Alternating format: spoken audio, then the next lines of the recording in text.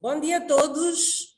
Estamos também em direto no Facebook para mais uma sessão da aula virtual com os nossos renomados colegas que estão em todo o mundo. Muito obrigado, professora Arlete.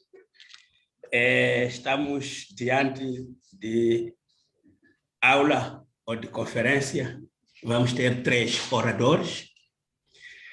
O tema é ação humanitária e proteção da criança. Mais uma vez, endereço as minhas saudações.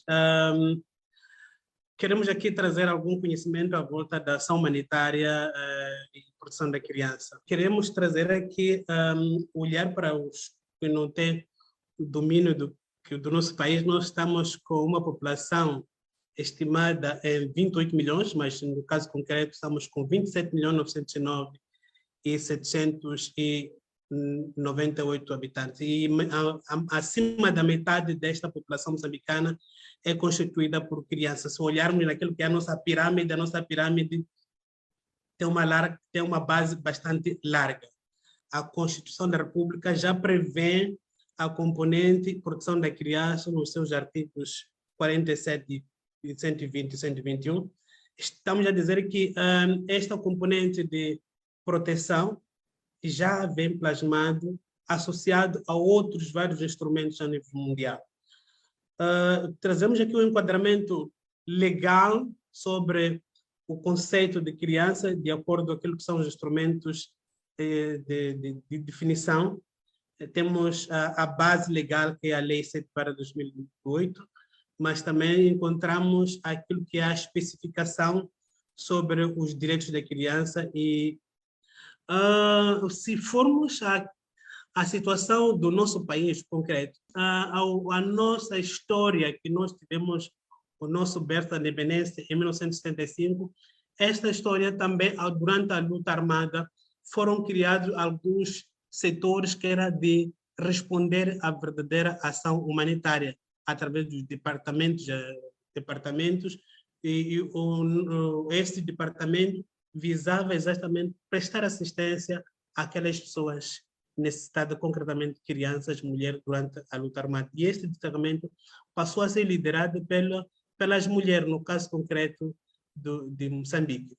Após a guerra, após a luta de libertação nacional, alcançamos a independência, esta atividade passou a ser institucionalizada.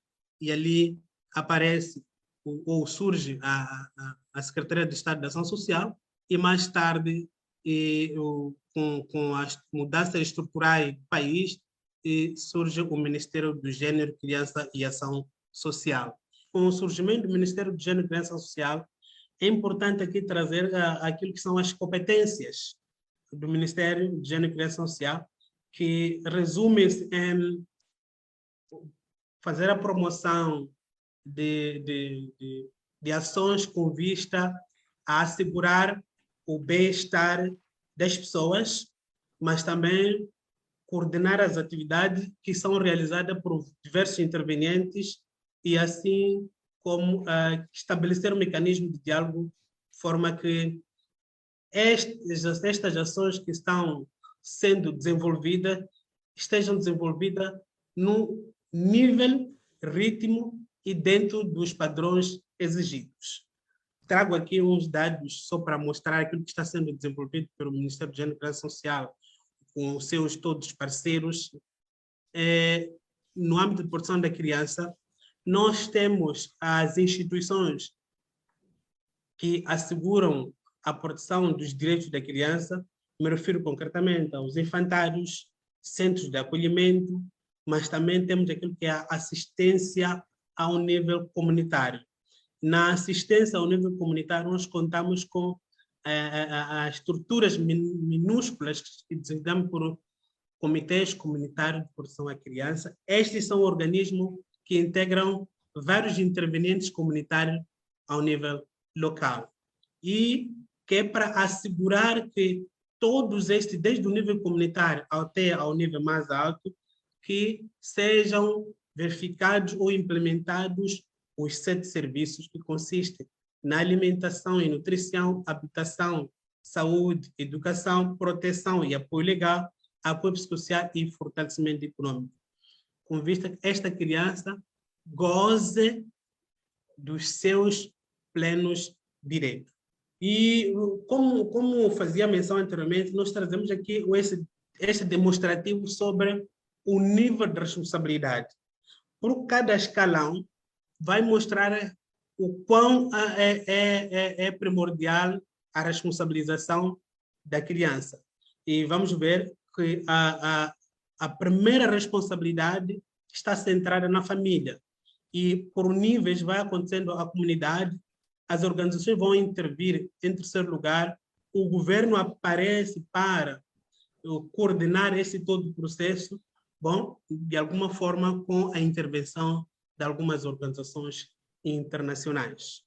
Mas para que isso tudo aconteça, depende muito mais de alguns padrões que estejam a regulamentar isto. Vamos buscar aqui que são os instrumentos orientadores, desde os instrumentos nacionais, instrumentos internacionais. E temos aqui um grupo de instrumentos que o país usa, elaborou e usa para que assegure, de certa forma, o bem-estar da criança. Aqui são mais uma parte dos instrumentos, que é o plano, programas quinquenais, os planos estratégicos. É importante que haja um mecanismo de coordenação. Este mecanismo de coordenação visa responder àquilo que é as necessidades que surgem tanto ao nível comunitário, ao nível familiar, assim como ao nível institucional, ou pode acontecer ao nível dos centros ou instituições de acolhimento à criança. Quanto tinha para partilhar é tudo e muito obrigado. Espero que tenha respeitado o tempo. I will try to follow or to complete some of the points mentioned before. Concerning the humanitarian action and children, I think that when you organized the conference, no one had in mind that Europe would face a war, actually, in the Ukraine, and that has also, again, changed the need for humanitarian action concerning children, because as you know, the big numbers of refugees from the Ukraine are women and children, because men are obliged to stay and fight by law. Developing a humanitarian action that is child-oriented, especially for Greece, it is quite complicated because Greece didn't have before a very well-prepared reception system and a system for child protection. But since 2015, a number of things have happened. First of all, the available places to host unaccompanied minors have increased, and a number of policies started to develop, especially concerning the protection of children. It doesn't mean that we are in a very satisfactory point, but nevertheless, the policy around children has ameliorated a lot. We had a very successful project on relocating unaccompanied minors from Greece to the rest of the EU. A big percentage of children who have been in Greece now are residing in other European member states. But the problem is that for the moment, we do not have a policy, a complete policy for the integration of children who are now remaining in Greece. And this is very problematic because from the moment kids are turning 18, for the moment they are out of the system, meaning they are considered to be adults and without protection. This is something that we are struggling to change and expand the protection that minors benefit from to the age of 21 or even 23, to create a time space to allow children who become adults to adjust to the new reality of adulthood. For the moment, the most important point is, of course, protection, but also access to schooling. Getting kids into school, I think, is number one priority. And I have to say that in this context, Greece has a system that is very progressive because kids can access school even without documents.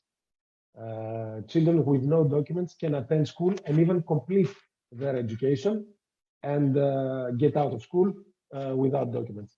It is very helpful, and as it allows children to immediately attend school and cover the basic need of education.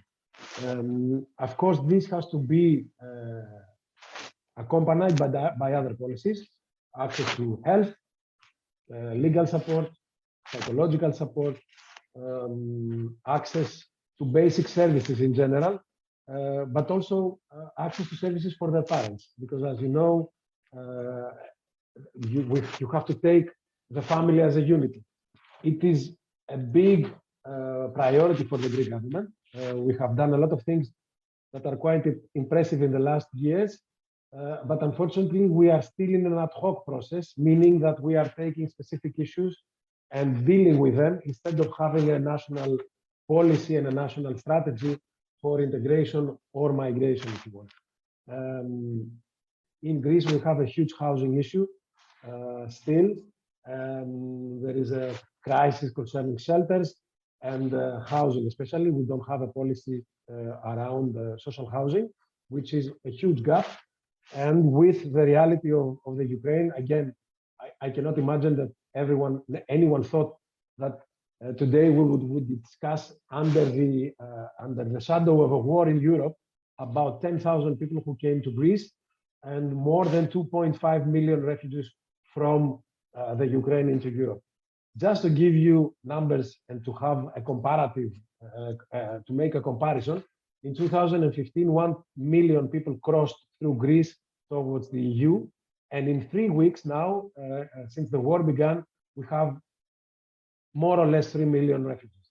So we cannot compare these two periods. Although 2015 for the EU was a crisis, imagine what this reality is. 3 million people in 3 weeks. Greece, in the last 12 years, is living in crisis mode, meaning you have the 10-year financial crisis, then you have the refugee reality. I disagree with the term crisis, but we can discuss about it. And then you had the pandemic, that changed completely the reality, of course, again. And now we have a new war and an actual crisis, an actual refugee crisis. So it's a very volatile reality for children, and it is very difficult to follow this change of realities. But still, children are moving and children are growing, and you need to be aware of that. I'm not sure that it's very, very easy to speed up the process of implementing policies, but it's something that we should definitely do. Thank you. Doutora Paula Silva, queira Bom dia. fazer a sua apresentação? Muito obrigado. Bom dia mais uma vez. Eu preparei a minha apresentação mais voltada para as respostas durante 2014, 2015, durante a erupção vulcânica da Ilha do Fogo. Em 2014, no dia 24 de novembro, de madrugada, começou a erupção vulcânica, a última erupção vulcânica da Ilha do Fogo.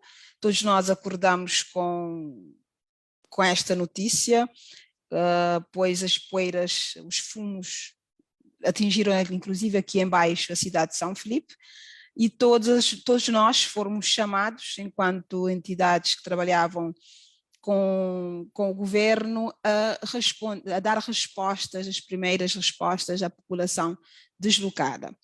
Nessa primeira resposta, eu lembro como hoje, quando chegamos a Chá da Fur, na primeira localidade que dá acesso a Chão das Caldeiras, a primeira coisa que eu, como fui delegada do ICA, cheguei ao mesmo tempo com a atual delegada do ICA nesta época, e fomos abordados aí começou a questão de defesa dos direitos, a vulnerabilidade em que as crianças ficam durante momentos como estes, que a maioria tinha um grupo de bebés recém-nascidos, abandonados, entre aspas, com pessoas idosas, porque os pais estavam a tentar salvar os seus bens, e essas crianças já tinham horas ou mesmo dias dia ou horas sem se alimentar, são recém-nascidos e não podem se alimentar a não ser com leite de materno ou leite especial. Então fomos contactados pela Delegacia de Saúde, pelo Serviço de Saúde que estava no local, e tivemos que recorrer a pedido de ajudas e recorrer para salvar e desidratar algumas crianças que estavam em situação de risco. Mas graças a Deus não tivemos nenhum caso de perda da vida humana. Isso para nós é muito importante, porque não tivemos nenhuma perda humana durante esta erupção, apesar de ter danos incalculáveis a nível material. Tivemos que pensar num projeto para a questão da inclusão, da reinclusão social das crianças, jovens, pessoas com deficiência e terceira idade. Porque muitas famílias foram separadas e haviam crianças num centro de acolhimento com os avós e os pais em outros, e tivemos que, o projeto foi montado e financiado pela Unicef.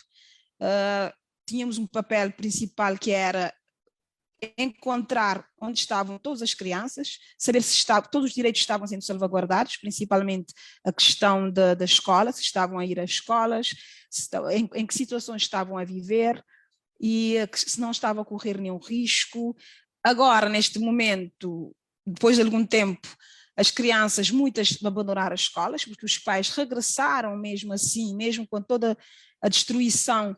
Depois a erupção terminou 2 meses depois, mas 6 meses depois, uma boa parte da população regressou à comunidade Chão das Caldeiras, vivendo em quartos que ficaram ilesos ou construindo novas moradias.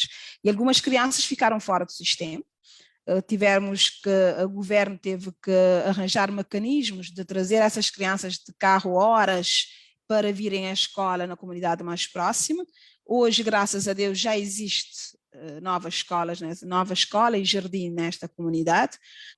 A minha recomendação em relação à catástrofe é nós, enquanto país, enquanto ilha, quando temos risco iminente, por exemplo, nós aqui no Fogo temos um vulcão que a qualquer hora pode entrar em erupção novamente, está sendo monitorizado, mas estamos sempre em tensão. Temos cheias, temos vários outros riscos ambientais, temos que nos preparar, ou seja, preparar as instituições para estarem prontos a dar resposta. Nunca estaremos totalmente 100% prontos, mas eu senti isso quando trabalhei em 2014 perante a erupção vulcânica. Estávamos uma equipa que nunca tinha vivido uma erupção, que nunca tinha vivido uma catástrofe, e não sabíamos no primeiro momento como agir.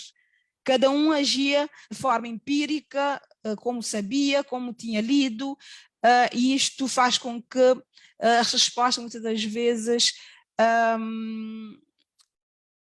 chegam de forma tardia, porque até nos articularmos, muitas crianças podem correr o risco. E os riscos são vários.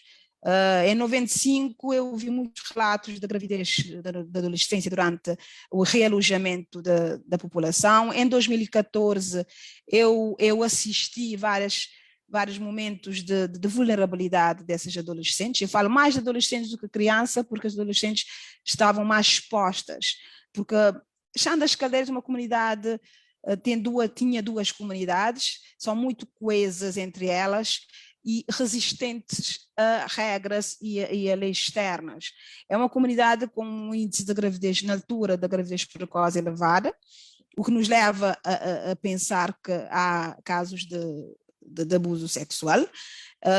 É uma comunidade onde havia muitos casos, apesar que a poligamia em Cabo Verde não é legal, mas havia homens com 4 casas tranquilo, com 4 famílias, e era levado de forma tranquila. Graças a Deus essa visão depois da erupção vulcânica tem mudado, porque muitas famílias, houve também, a catástrofe trouxe oportunidades para essa comunidade. Os jovens beneficiaram de várias formações, começaram a ver a vida de uma outra forma, de uma forma mais fora de Chão das Caldeiras. Hoje já temos jovens com mais responsabilidade. É uma comunidade muito resiliente e hoje temos lá escola. O governo teve que construir escola porque a população regressou sem mesmo autorização das autoridades, tem escolas e jardins, e o governo está criando condições para salvaguardar todos os direitos e deveres dessas crianças que vivem nesta comunidade. Era isso. Mais uma vez, muito obrigado pela participação de todos. Muito obrigada, boa tarde a todos. Até a próxima oportunidade.